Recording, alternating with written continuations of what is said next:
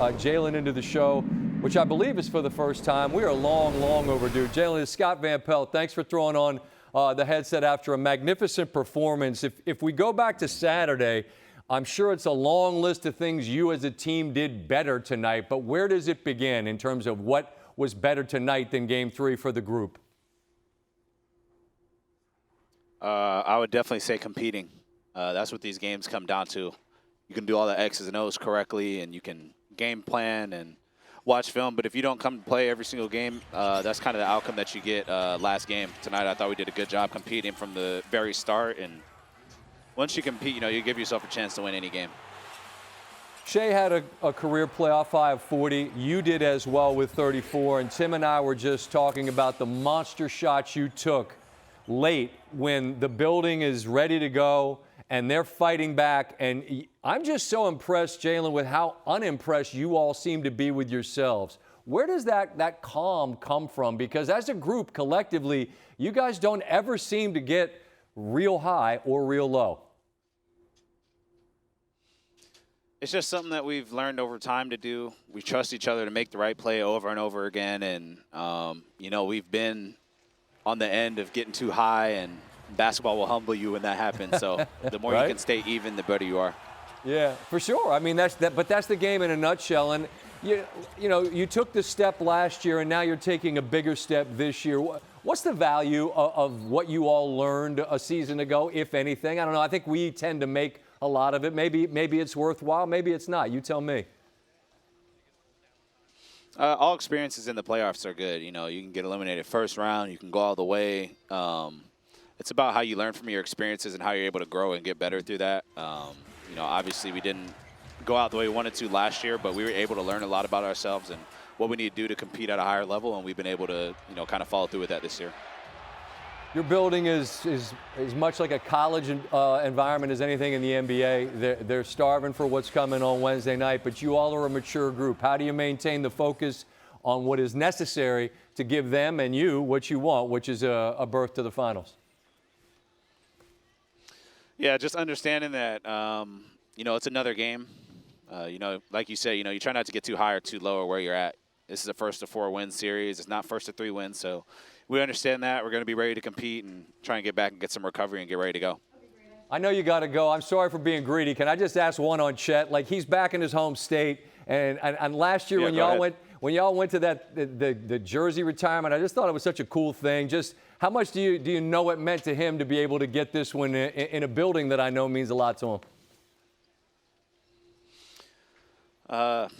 It's awesome. I'm literally looking at probably half his town in the family section. So it's definitely special. I don't think getting blown out was part of the menu for us, but it's definitely cool anytime you could play with your friends and your family in attendance, and it's something that we look forward to, something that he holds dearly. So anytime we get the opportunity to do that, it's really dope, and happy that he got to play well here too. What do they say, Jalen? Just a minor setback for a major comeback. Tonight's victory was tremendous. You guys answered the call over and over again. I appreciate you taking a moment. Hopefully we cross paths down the road. Thank you.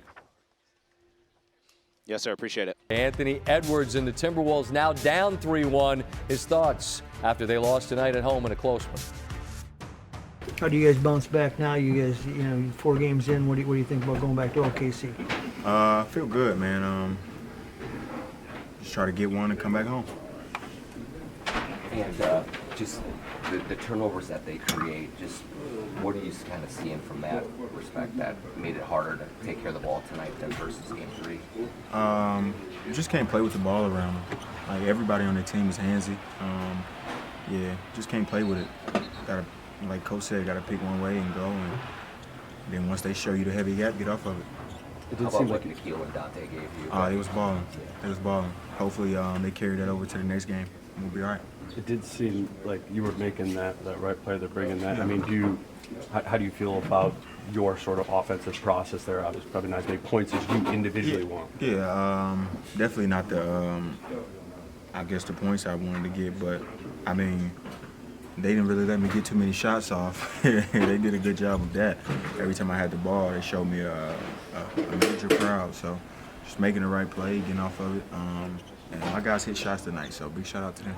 And just, I mean, you guys played good defense on Shea and J-Dub a lot, and they just made big shots over you. Is that kind of what you saw? I mean, in good position a lot for in the fourth quarter? Yeah. I mean, J-Dub had a bunch of open ones. He made some tough ones too. Shea made some tough ones, but I think Chet changed the game for him more than anything.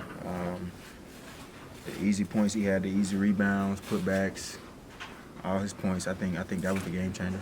So much of you guys' play up front to this point was big nights from you and Randall.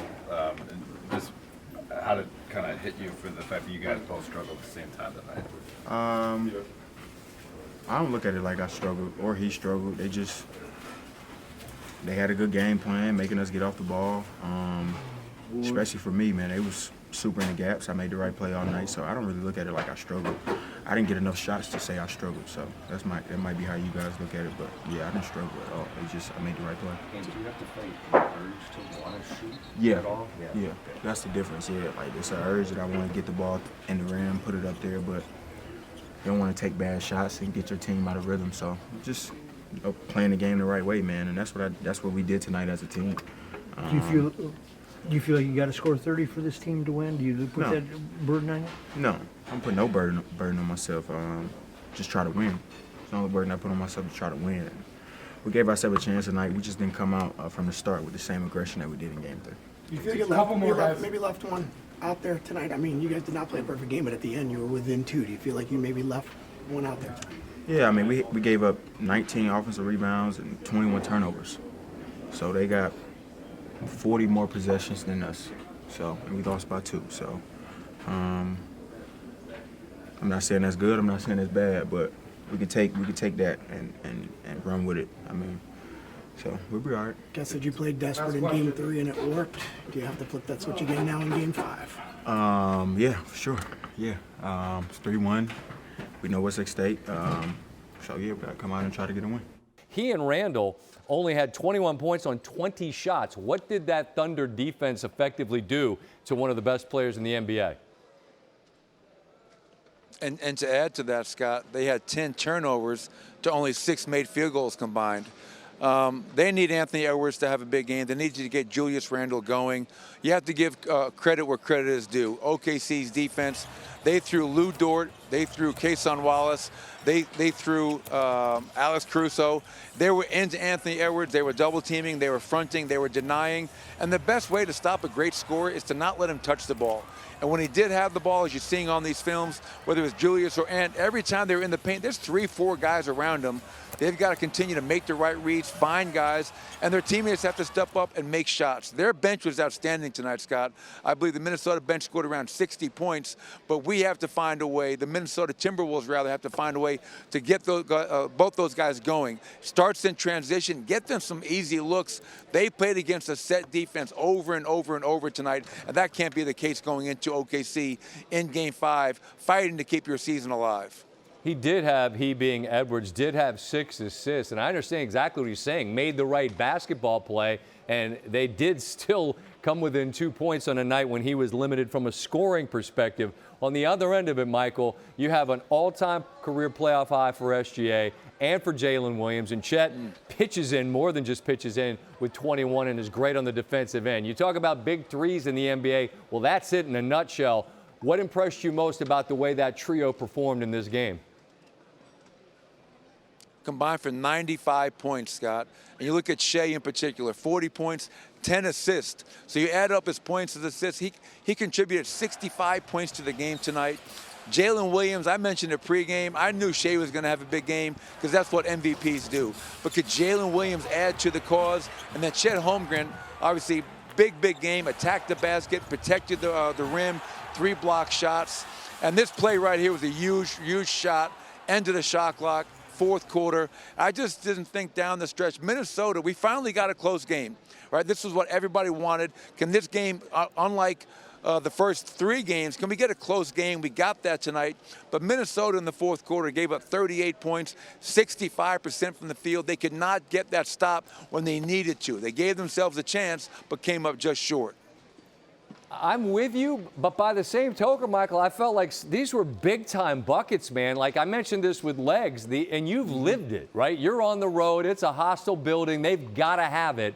And OKC repeatedly had the answer, and every time the Timberwolves came with a rally to get even, OKC had the answer, and a lot of times it was a big-time three from Williams. I just think the ability for a team to absorb body blows and then throw haymakers of their own, that's how teams become championship teams. Like, are we seeing this team take a giant step with a win like they got tonight from what you saw?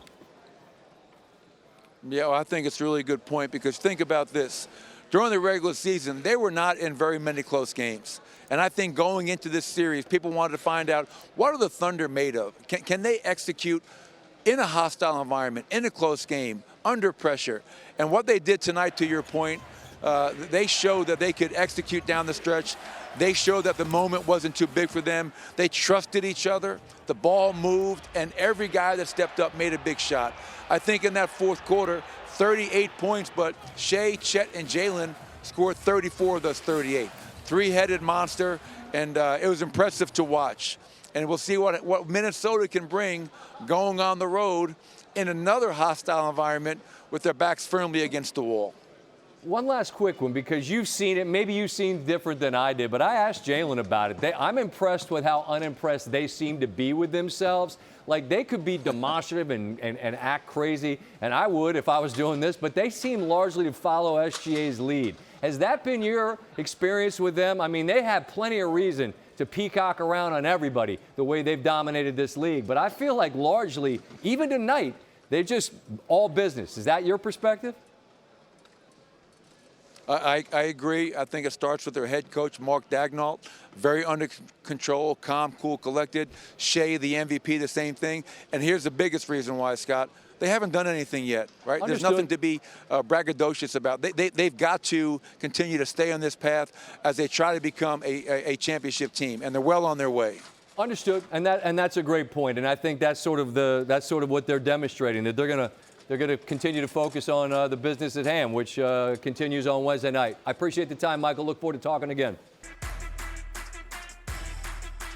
Game 4 highlight from Minneapolis. As Timberwolves trying to get even, it was a blowout Saturday night. OKC got debacled, but they came out ready to go. Shai Gilgeous-Alexander, turnaround in the lane. Thunder lead by 7. 4-point game. Jalen Williams, step back, cookies, lead is 7.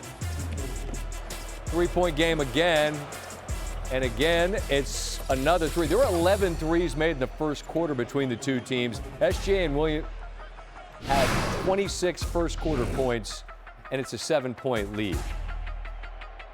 This, what they call the Dorchard Chamber? Lou Dort. They were harassing Anthony Edwards all night long. 4 points in the first half. 2 field goal attempts in a half is the lowest in the playoffs in his career. 6-point game in the third. There's another 3 for Alexander. And SGA again, attack mode into the third. Edwards gets to the cup, and it's a 7-point game. These two were excellent. Nickeil Alexander-Walker and Dante DiVincenzo. A huge bench game. They got 64 bench points. That tied the game at 79. But every single time that the Timberwolves got close, the Thunder had an answer. There's our guy, AC Fresh.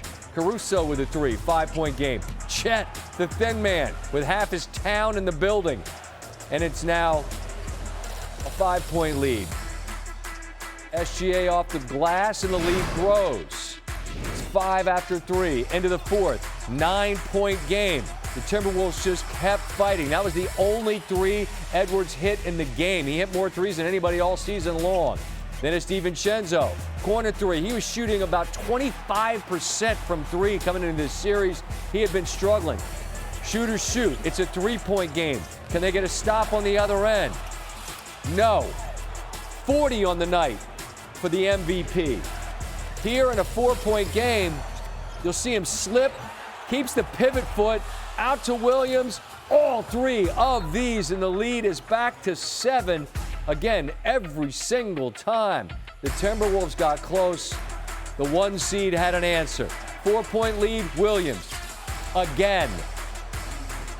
The lead's back to 7. But again, Minnesota won't go away. Randall, no. Dort can't squeeze it. It ends up in the hands of McDaniels in the corner. He hits the 3. It's a 2-point game. Free throws exchanged down the stretch. And now it's Edwards at the line. And he's got to miss the second on purpose, which he does. A lot of times that's harder to do than you think. And Shai Gilgeous-Alexander throws it out of bounds. My man in the front row, looked like he caught it with about 0.6. They put 0.3 on the clock. That means everything's got to go right if you're the Timberwolves. It does not, as it is picked off on the inbound. SGA, the 8th player with 40 points and 10 assists in a conference or divisional finals game in NBA history. Here he is on being a road villain. It's super fun. It's more fun than like, it's about more fun, but it's like, it's pretty up there with like being at home. It's the whole building's against you, chanting whatever they're chanting, screaming whatever they're screaming. And it's your job to go out there and play basketball and kind of shut them up. So yeah, it's definitely fun. It definitely adds more to the game. Yeah, I enjoy it for sure. Shai, what do you think of Nikhil's performance and then there at the end when he was guarding you? Did it kind of take you back to childhood a little bit? Yeah, he was really good tonight. I feel like he barely missed. Yeah, I mean, I'm not completely surprised. Like, I know what type of basketball player he is. The night like he had tonight, he is very capable of every night. Like, he's a really good basketball player, great feel, great skill. Like, it's only a matter of time before he blows. And yeah, just being out there on this stage, going against each other for what it felt like half the game tonight was super fun. He got the better of me sometimes. I got the better of him. Stuff we've dreamt about for our whole lives, and it's crazy that it's come to fruition. So it's super cool. They got 40 from Shai. We've seen that before. They got 30 from Jalen Williams. Awesome. They got 20 from Chet. They generated 20 turnovers, got 20 points off of turnovers. I know it was a 2-point win, but that's a script of a Thunder victory. And by the way, you talked about Chet being in front of half his town. He just got the last standing ovation here tonight at Target Center when he came out after a post-game workout. Got an ovation from his friends and family just a couple minutes ago, and he earned it with one of the more iconic moments of his young life on that block shot late in the game.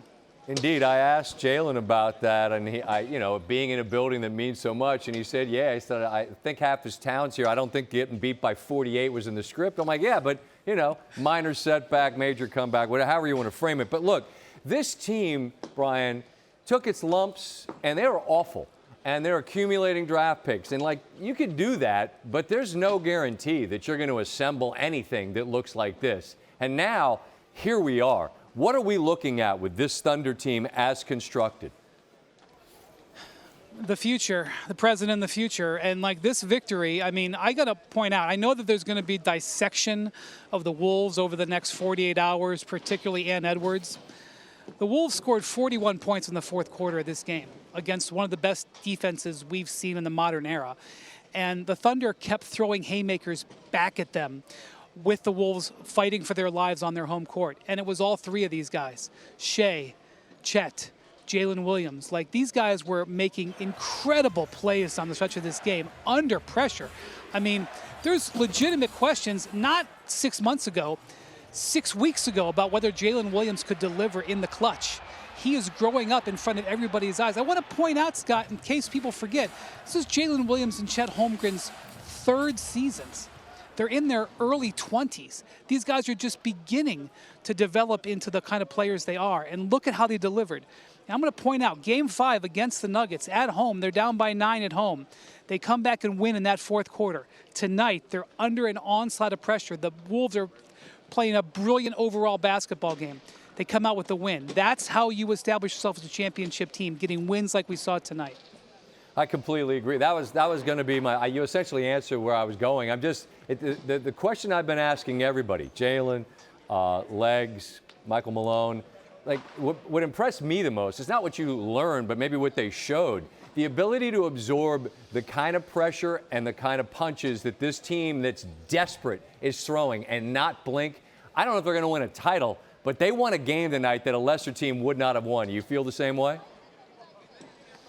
Yeah, and I spent the whole season listening to people in the NBA, a lot of it off the record, disrespecting this team, not believing in this team. I don't know how you can watch these last couple of weeks and not start to understand that this team is a serious, serious problem going forward. Yeah, I hear that, and I heard what you said during the season about that, and I wonder, man, like people are saying the quiet part not out loud, but they're saying the quiet part, but they better be careful because this team, I mean, if it's not now, it's coming because they're not going anywhere. They're not going anywhere, I guess. The Chet Army is still enjoying themselves. Go see if you can link up. Monday evening. Go see if you can link up. See where the night takes you, Brian. We appreciate you as always. Yeah. Be well.